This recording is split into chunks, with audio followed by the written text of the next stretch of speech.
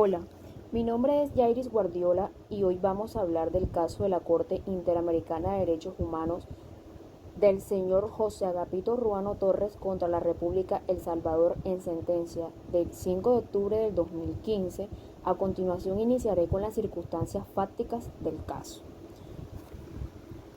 Hechos. Como una forma de reparación a las víctimas, en este capítulo la Corte dará por establecidos los derechos del presente caso con base en el sometimiento del caso presentado por la Comisión Interamericana, el reconocimiento de responsabilidad efectuado por el Estado y el acervo probatorio.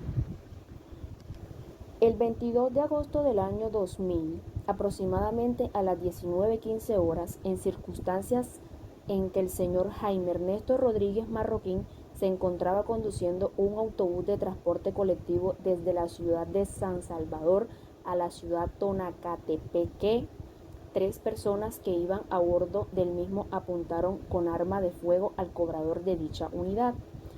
Le ordenaron al conductor detener el vehículo y lo obligaron a bajar del mismo. Posteriormente, el señor Rodríguez Marroquín fue introducido en una camioneta y luego llevado a pie a una zona rural descampapada. El señor Mauricio Antonio Torres Mejía, quien se desempeñaba como cobrador en el mencionado autobús, se presentó en la casa del hermano del señor Rodríguez Marroquín y le contó lo sucedido. Debido a ello, formuló al día siguiente una denuncia por el secuestro del señor Rodríguez Marroquín ante la División de Investigación Criminal de la Policía Nacional Civil.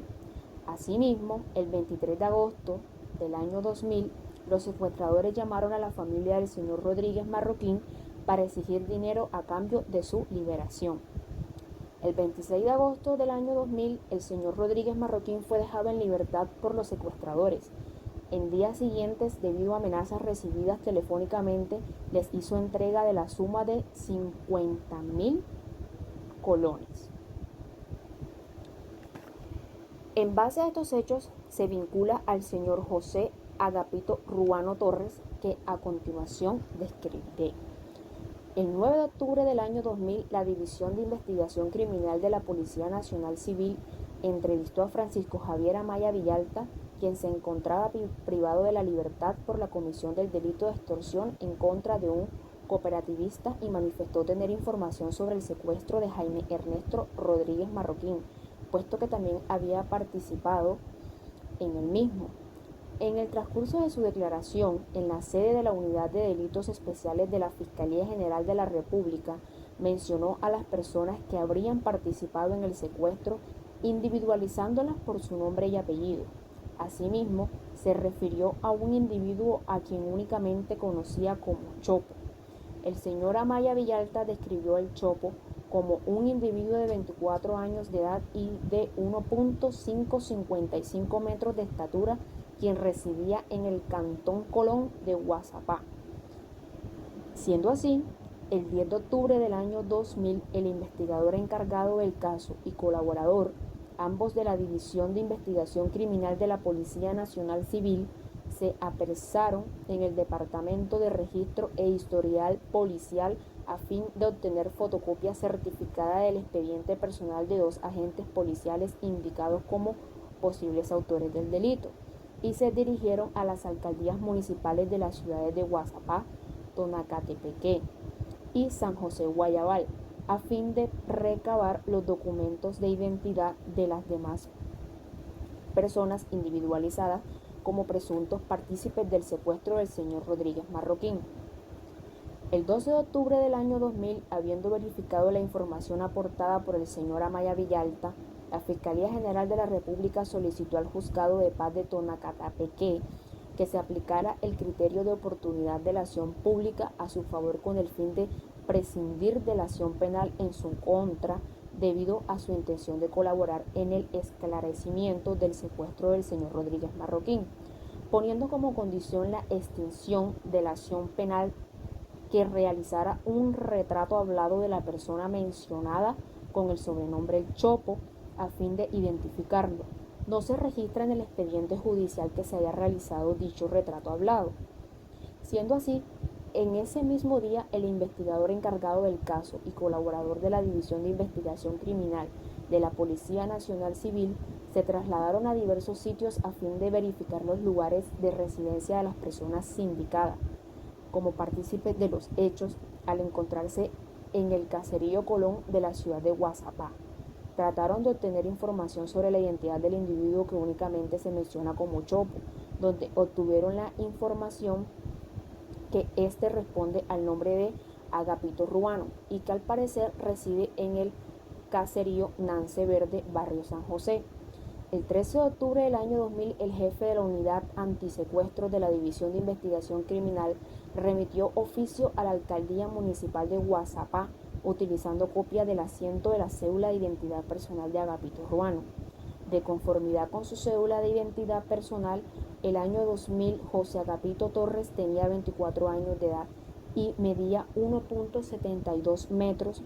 En dicha época se desempeñaba como albañil u obrero y vivía en la lotificación Montecristo de la jurisdicción de Guazapá. El 16 de octubre del año 2000, el Juzgado de Paz de Tonacatapequé concedió a Francisco Javier Amaya Villalta el criterio de oportunidad de la acción pública por el término de 2 meses, a fin que se proporcionara toda la información necesaria y eficaz con relación al secuestro del señor Rodríguez Marroquín. En la declaración brindada en ese mismo día en sede judicial, el señor Amaya Villalta señaló nuevamente los nombres de las personas supuestamente involucradas en el secuestro, especificando respecto a las personas conocidas con el sobrenombre de El Chopo que su nombre verdadero es José Agapito Ruano Torres, de 24 años de edad aproximadamente, de 1,55 m de estatura más o menos, residente en la lotificación Montecristo.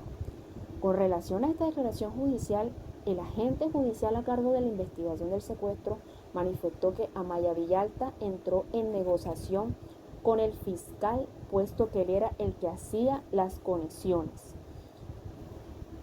En base a estos hechos explicados, veremos la detención de José Agapito Ruano Torres. Después de la declaración de Francisco Javier Amaya Villalta, ese mismo día del 16 de octubre del 2000, la Fiscalía General de la República decretó la detención administrativa de los presuntos implicados en el secuestro del señor Rodríguez Marroquín, entre ellos José Agapito Ruano Torres. Adicionalmente, el Juzgado de Paz de Guazapá autorizó proceder al registro y allanamiento del domicilio de este último con el objeto de verificar si se encontraban celulares, también dinero, armas y objetos personales de las víctimas relacionadas con la comisión del delito de secuestro. En la madrugada del 17 de octubre del 2000, la Policía Nacional Civil realizó el llamado Operativo Guasa, en el que se procedió al arresto de los supuestos partícipes en el secuestro del señor Rodríguez Marroquín. El señor Ruano Torres fue detenido mientras se encontraba en su inmueble de habitación junto con su cónyuge María Maribel Guevara de Ruano y su hijo de 2 años de edad, Oscar Manuel Ruano Guevara. De acuerdo con el acta confeccionada de la División de Investigación Criminal de la Policía Nacional, alrededor de 8 agentes policiales junto con el fiscal de la Unidad de Delitos Especiales acudieron al domicilio del señor Ruano Torres y abrieron la puerta por la fuerza, por tenerse conocimiento por parte de los encargados del caso que dicho sujeto presenta peligrosidad. Según consta en la referida acta, el señor Ruano Torres habría opuesto resistencia a la detención, por lo que los agentes policiales utilizaron la fuerza necesaria. Seguidamente, se le habría mostrado la orden de detención administrativa y hecho saber los derechos que tenía. Se verificó su identidad a través de su cédula de investigación, y así se le preguntó si nombraría defensor particular, a lo que le habría respondido que no. Asimismo, los agentes policiales indicaron que no se encontró nada de lo que se buscaba. No obstante, se procedió a decomisar un sombrero camuflado, 4 cartuchos y 2 fotografías del imputado a color, donde aparece con un fusil M16. Sobre estos hechos, el señor Ruano Torres manifestó que él se encontraba durmiendo cuando los agentes policiales rompieron la puerta de su domicilio y procedieron a propinarle un golpe hacia el cuello. Lo tiraron al suelo, lo esposaron y lo arrastraron hacia la afuera de su casa, acusándolo de ser el Chopo. Una vez afuera, uno de los funcionarios con el tacón de la bota le pegó en el pie, destroncándole todo el dedo gordo del pie, y lo amenazó que lo iban a matar si no decía la verdad sobre cómo se llamaba. Luego lo empezó a maltratar, cargó el fusil, dijo que lo iba a matar, le puso la bota sobre el cuello, le restregaba el estricol del perro con la bota y le dijo que le dijera quiénes son sus compañeros y le dobló los brazos esposándolo. Se los pasó hasta adelante y le golpeaba lo que era el cuello, y después de eso lo sacaron a la calle, y en el carro de la patrulla un funcionario le puso un lazo al cuello y lo socó en el momento. Y otro funcionario le dijo: lo estás ahorcando, quítale el lazo. Luego le pega un golpe y en la garganta, ahí fue donde se desmayó. Asimismo sostuvo que fue amenazado de muerte para que el aparecer frente a las cámaras de televisión dijera que lo llevaban por secuestrador y que confesara ser un tal Chopo. En dicho lugar se encontraba también el cónyuge María Isabel Guevara de Ruano y su hijo de 2 años de edad, Oscar Manuel Ruano Guevara, quienes fueron testigos de lo sucedido. Su cónyuge también declaró en el mismo sentido, que agregó que los agentes policiales le preguntaban si el señor Ruano Torres era el Chopo, a lo que ella respondió que no. El señor Ruano Torres les dijo que su hermano le dicen el Chopo y los podía llevar con él. Cuando ella les entregó la cédula de identidad de Ruano Torres, arrancaron su foto y le pegaron en una hoja en blanco. Destruyeron muebles y demás objetos de su domicilio, y nunca vio una orden judicial ni le leyeron nada. Asimismo indicó que Rodolfo Ruano Torres había mudado de dicho domicilio en años antes ocurridos estos hechos. Años después, el hijo del señor Ruano Torres manifestó que el día de la detención de su padre solo veía que le estaban pegando a su papá y un hombre le decía que no viera. Luego de la detención del señor Ruano Torres, fue trasladado a la División de Investigación Criminal de la Policía Nacional Civil de la ciudad de Guasapá. Se le realizó un chequeo médico en el cual se dejó constancia que presentaba laceraciones en el cuello, tórax, hombros y cicatrices en la nariz y en los muslos. Posteriormente fue trasladado a la Penitenciaría Central La Esperanza del Castón San Luis Mariona de Uyutuz, Tequepec. Al respecto a la violencia ejercida al momento de la detención, los elementos de convicción que surgen del acervo probatorio del presente caso resultan suficientes para arribar a la conclusión de que el señor Ruano Torres fue sometido a los siguientes actos al momento en que los agentes policiales efectuaron su detención. Lo golpearon, lo arrestaron, lo golpearon con el tacón de la bota hasta desangrarle el pulgar del pie derecho. Lo amenazaron de muerte, le colocaron una soga al cuello al punto de la asfixia, le restregaron la cara cerca de un montículo de estiércol. Asimismo, su curso ofició a la Defensoría Pública a fin de que se nombrara un defensor para que asistiera al señor Ruano Torres. Se designó como defensor público a Alonso Bonilla Ebenor. El 18 de octubre del 2000, los agentes auxiliares del fiscal general de la República solicitaron la detención provisoria restrictiva de libertad personal en contra de los imputados en el secuestro del señor Rodríguez Marroquín, incluyendo al señor Ruano Torres, con fundamento en los artículos 292 y 293 del inciso segundo del Código Procesal Penal. Como funcionamiento de este requerimiento expusieron las siguientes consideraciones. Existen elementos de juicio suficientes para sustentar razonablemente que los imputados presentes son probables partícipes de la comisión del delito de secuestro en perjuicio de Jaime Ernesto Rodríguez Marroquín, tomando en cuenta la gravedad del delito y la pena prevista, que se excede de 3 años de prisión. Debe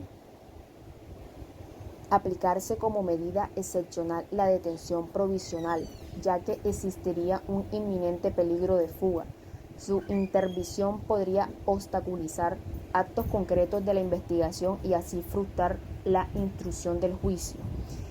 Y en cuanto a la excepcionalidad, sería contrario a la buena marcha del proceso que se impusiera otra medida distinta a la detención, considerando además que el artículo 294 del Código Procesal Penal prohíbe expresamente sustituir la medida cautelar de detención provisional en casos de secuestro como este. Este mismo día, el juez de paz de Tonacatepeque decretó que los imputados continuaran en detención por el legal de inquirrir y convocó a una audiencia inicial.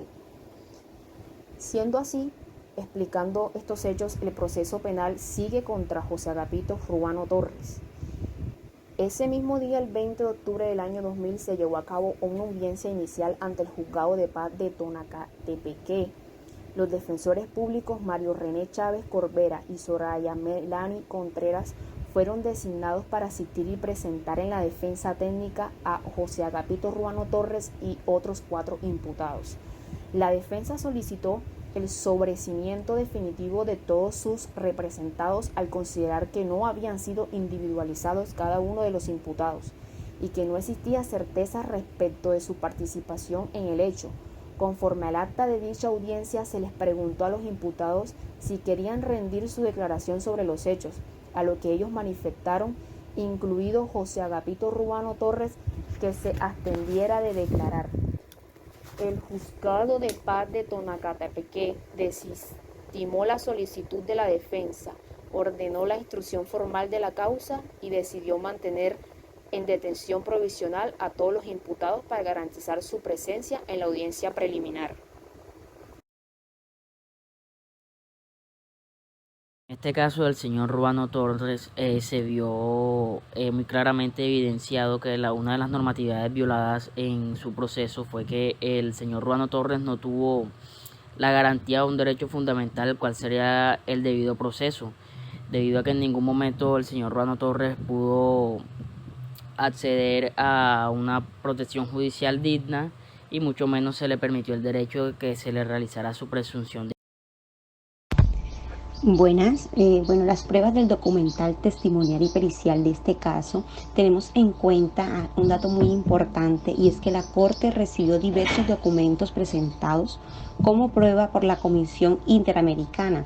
Los representantes y el Estado junto a sus escritorios principales. Además, la Corte recibió las declaraciones rendidas ante fedatorio público por Maribel Guevara de Ruano y Pedro Torres Hércules. De igual forma, se recibió los dictámenes rendidos ante fedatario público por los peritos dirigidos por Diana Lourdes Miranda Guerrero y Alberto Martín Binder. En cuanto a la prueba rendida en audiencia pública, la Corte recibió la declaración de José Agapito Ruano Torres.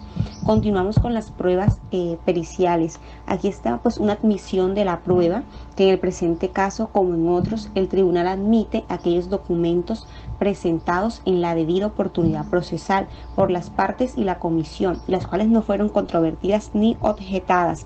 En cuanto a las notas de prensa presentadas por los representantes, este tribunal ha considerado que podrían ser apreciadas cuando recojan hechos públicos y notorios o declaraciones en funcionarios del Estado, o cuando corroboren aspectos relacionados en el caso. En consecuencia, la Corte decide admitir aquellos documentos que se encuentren completos o que por lo menos permitan constatar su fuente y fecha de publicación. Otro dato muy importante de la admisión de pruebas sería que la comisión presentó como anexo 2 a su informe de fondo varios discos compactos que contienen el audio de la vista pública realizada en el proceso penal, el cual fue llevado a cabo a nivel nacional. La Corte admite los audios presentados por la comisión, ya que no fueron controvertidos ni objetados. Ahora bien, la Corte recuerda que no es admisible la prueba remitida fuera de las debidas oportunidades procesales, salvo en las excepciones establecidas en el artículo 57.2 del reglamento, a saber, fuerza mayor, impedimento grave o si se tratara de un hecho ocurrido con posterioridad a los citados momentos procesales. Ahora vamos acá con la valoración de la prueba. Con base en su jurisprudencia constante respecto de la prueba y su apreciación, la Corte examinará y valorará los elementos probatorios documentales remitidos por las partes y la comisión que fueron incorporadas por este tribunal, así como las declaraciones y dictámenes periciales, al establecer los hechos del caso y pronunciarse sobre el fondo. Para ello se sujeta a los principios de la sana crítica dentro del marco normativo correspondiente, teniendo en cuenta el conjunto del acervo probatorio y lo alegado en la causa. Finalmente, conforme a la jurisprudencia de este tribunal, la Corte recuerda que las declaraciones rendidas por las presuntas víctimas no pueden ser valoradas aisladamente, sino dentro del conjunto de las pruebas del proceso, en la medida en que puedan proporcionar mayor información sobre las presuntas violaciones y sus consecuencias.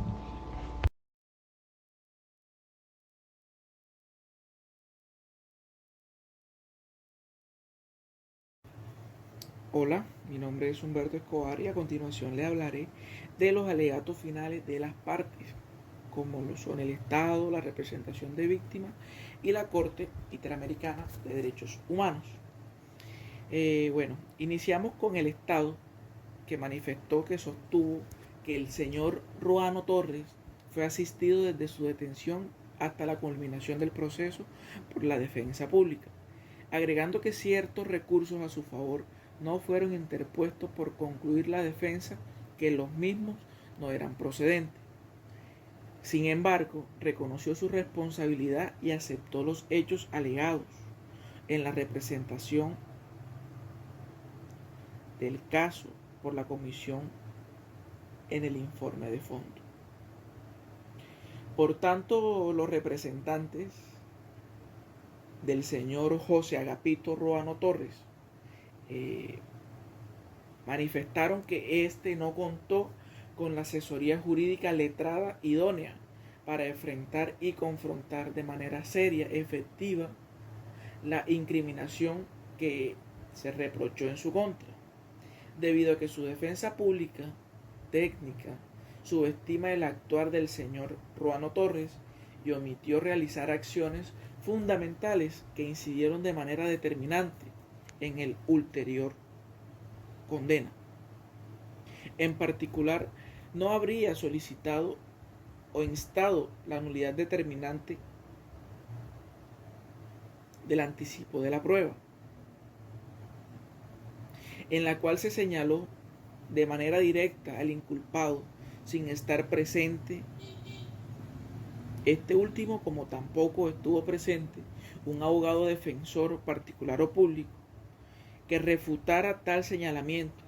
Esto quiere decir que en dicha diligencia se violentó el principio de contradictorio y la defensa de los derechos humanos de la República del Salvador, en su resolución de fecha 9 de junio del 2003.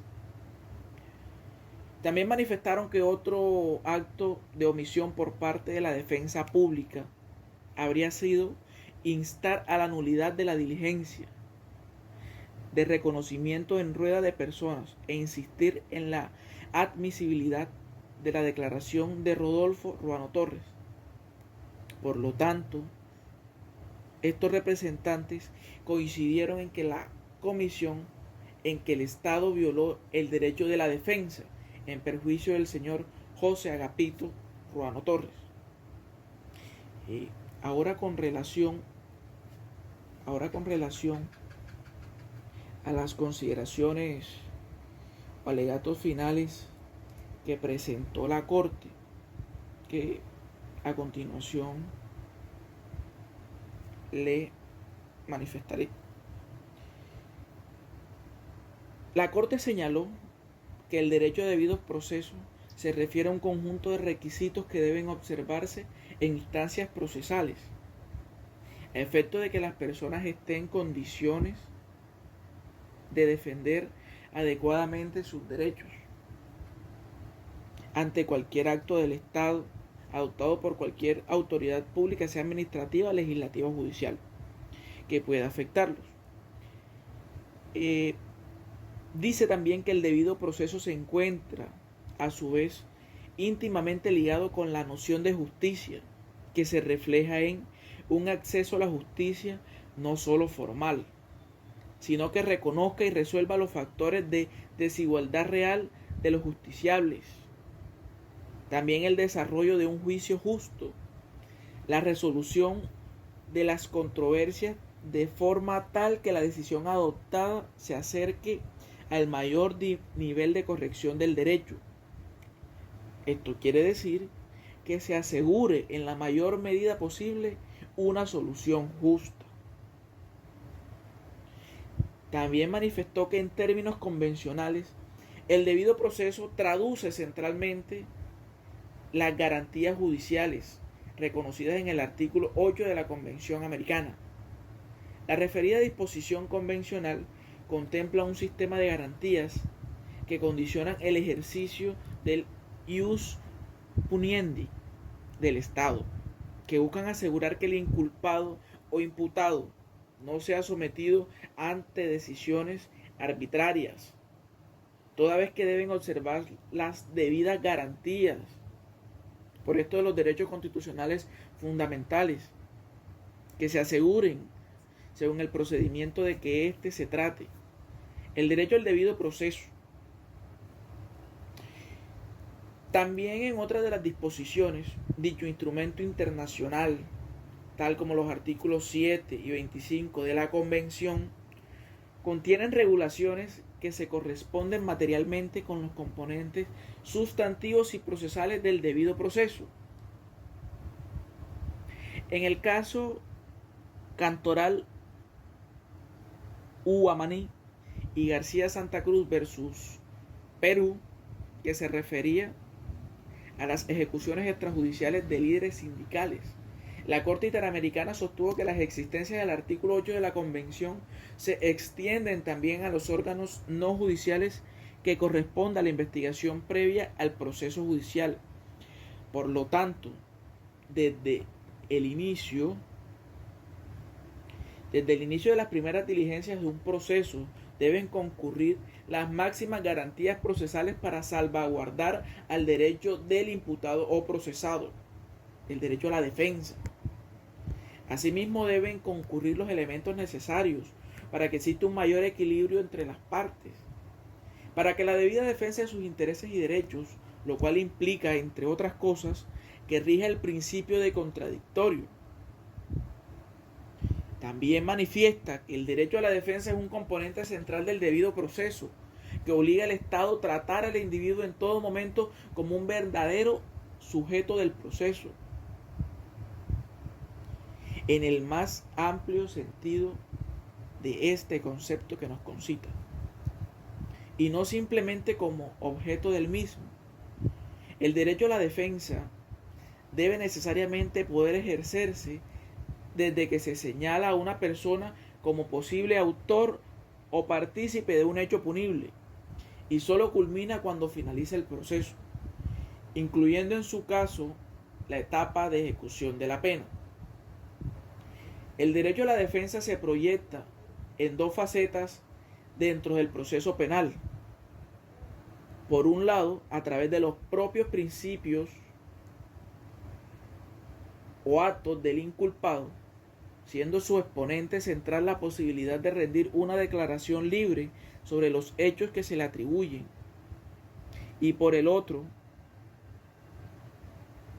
un medio de la defensa técnica, ejercida por un profesional del derecho, quien cumple la función de asesorar al investigado sobre sus deberes y derechos y ejecuta un control crítico y de legalidad en la producción de pruebas.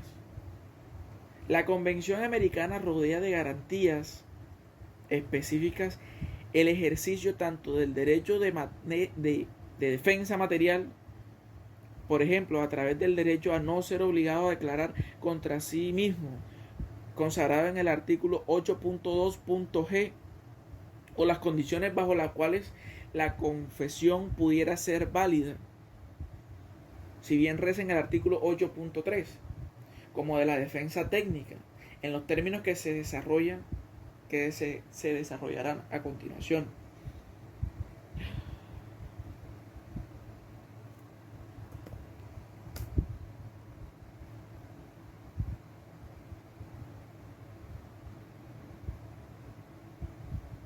Dentro de este último ámbito, que es el que interesa en el presente caso, los literales D y E del artículo 8.2 expresan dentro del catálogo de garantías mínimas en materia penal que el inculpado tiene derecho de defenderse personalmente o de ser asistido por un defensor de su elección, y que si no lo hiciere tiene el derecho irrenunciable de ser asistido por un defensor proporcionado por el Estado, remunerado o no según la legislación interna de este. Si bien la norma contempla diferentes alternativas para el diseño de los mecanismos que garanticen el derecho, cuando la persona que requiera asistencia jurídica no tenga recursos, ésta deberá necesariamente ser provista por el Estado en forma gratuita. Pero en casos como el presente, que se refieren a la materia penal, en la cual se consagra que la defensa técnica es irrenunciable, debido a que la entidad de los derechos involucrados y la pretensión de asegurar tanto la igualdad de armas como el respeto irrestricto a la presunción de inocencia, la exigencia de contar con un abogado que ejerza la defensa técnica para afrontar adecuadamente el proceso, implica que la defensa que proporciona el Estado no se limite únicamente a aquellos casos de falta de recursos.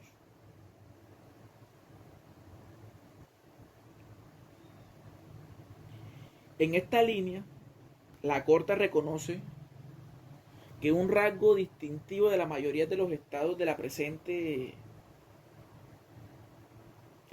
convención en el desarrollo de una política pública e institucionalidad que garantiza a las personas que así lo requieran y en todas las etapas del proceso el derecho intangible a la defensa técnica en materia penal a través de las defensorías públicas, promoviendo de este modo la garantía de acceso a la justicia para las personas más desaventajadas sobre las que generalmente actúa la selectividad del proceso penal.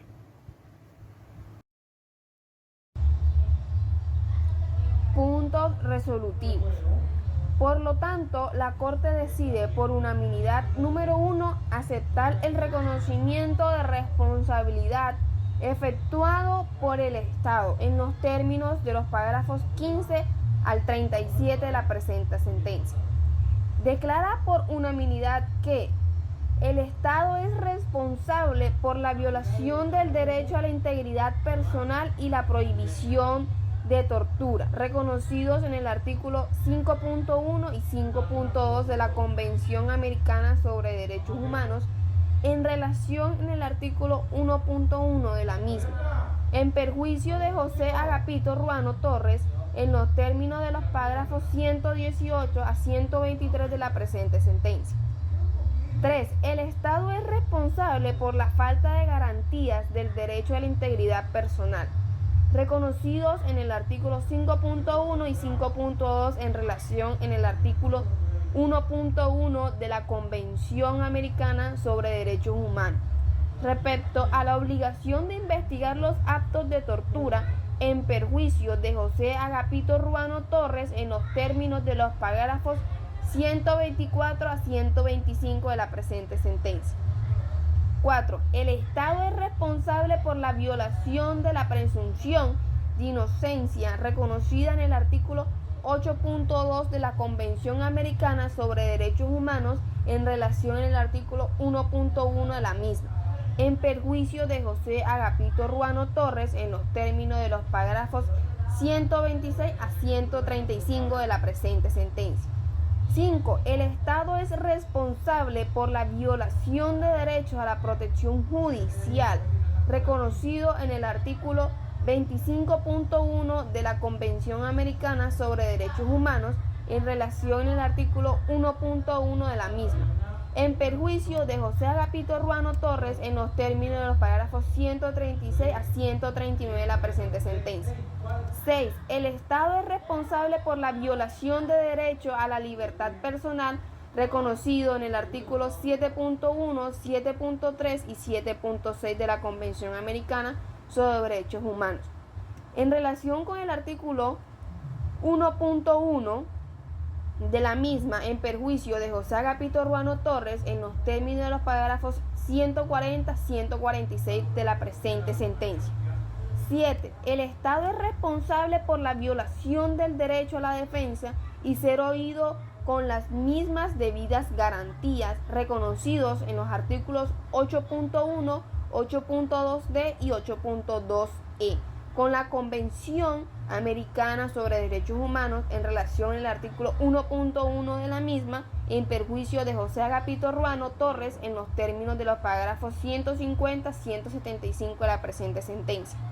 8. El Estado es responsable por la violación del derecho a la integridad personal reconocido en el artículo 5.1 de la Convención Americana sobre Derechos Humanos en relación al artículo 1.1 de la misma, en perjuicio de María Maribel Guevara de Ruano, Oscar Manuel Ruano Guevara, Keili Lisbeth Ruano Guevara y Pedro Torres Hércules, en los términos de los parágrafos 176 a 188 de la presente sentencia.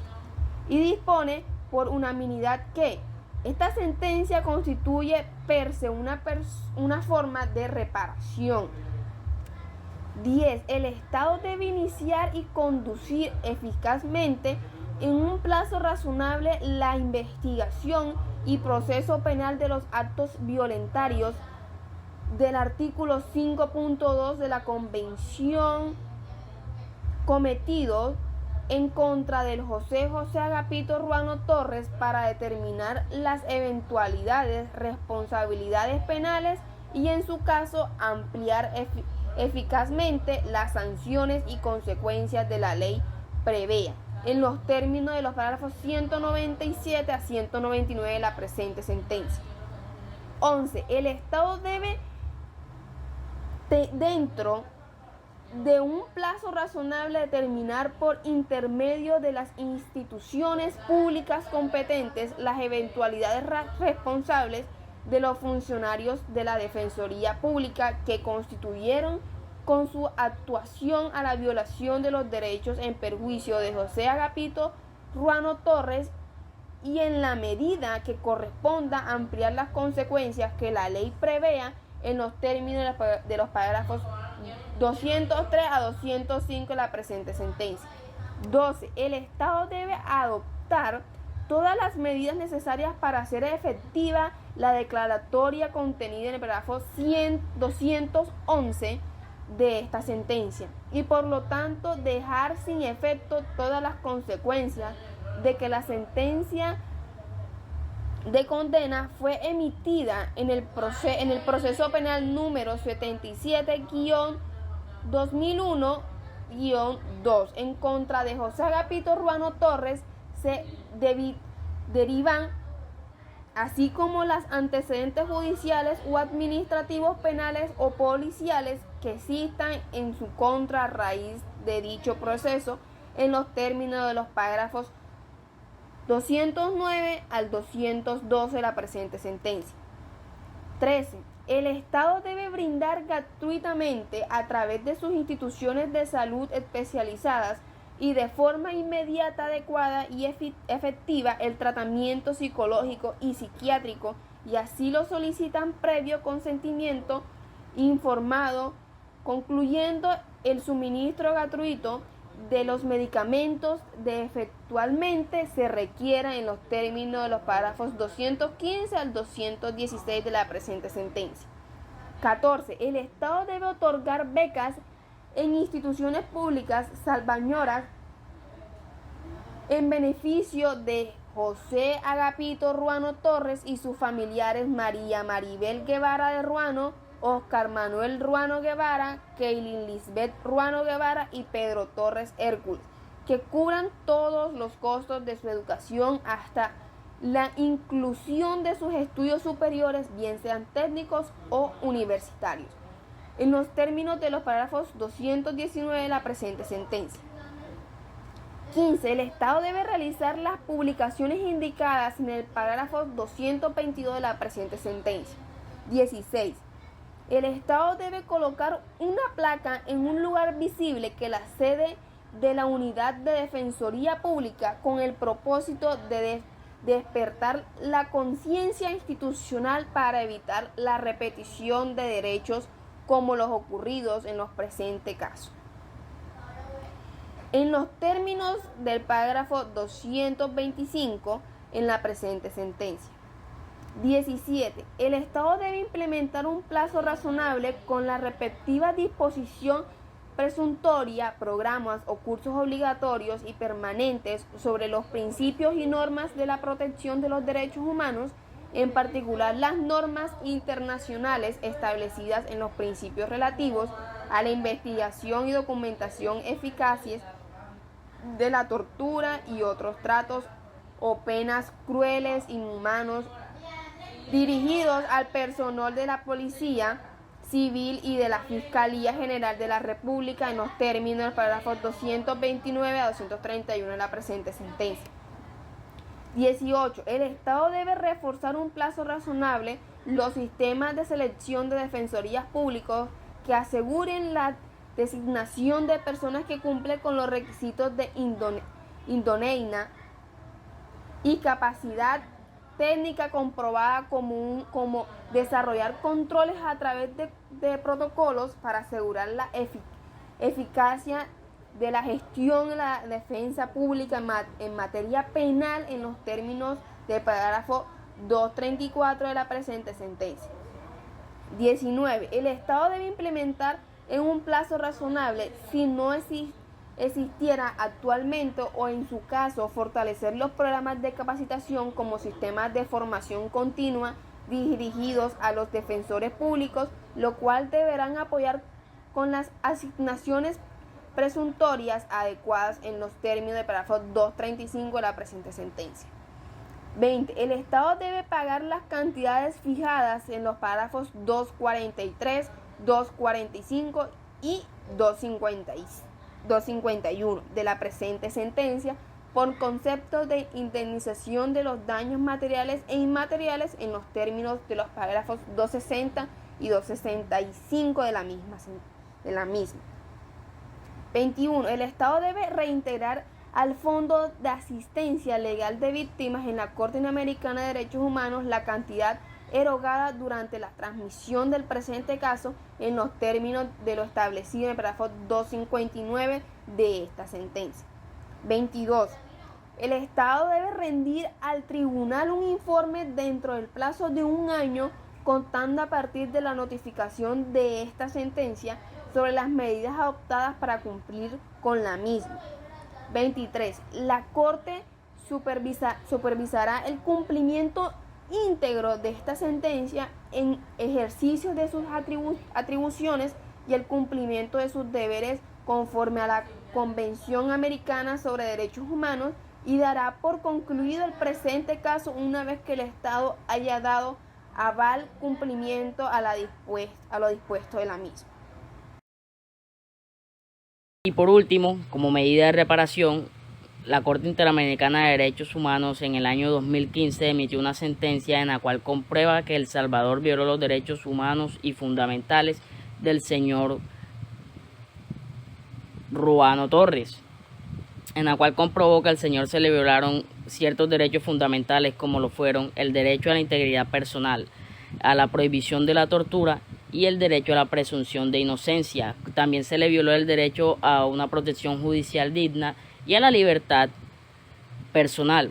Como medida de reparación, la Corte Interamericana de Derechos Humanos le solicitó a El Salvador que todos sus defensores públicos deberán realizar el deber conforme a las disposiciones que normatice su Constitución. Segundo, El Salvador deberá publicar la sentencia para que todos accedan a ella y puedan conocer sobre lo que pasó al señor Ruano Torres. Tercero, deberá indemnizar al señor Ruano por los daños y perjuicios causados. Y cuarto, deberá garantizar un tratamiento psicosocial al señor Ruano y a sus familiares. Y también deberá garantizar un proceso de educación al señor Ruano y a su familia. En esto todo lo podemos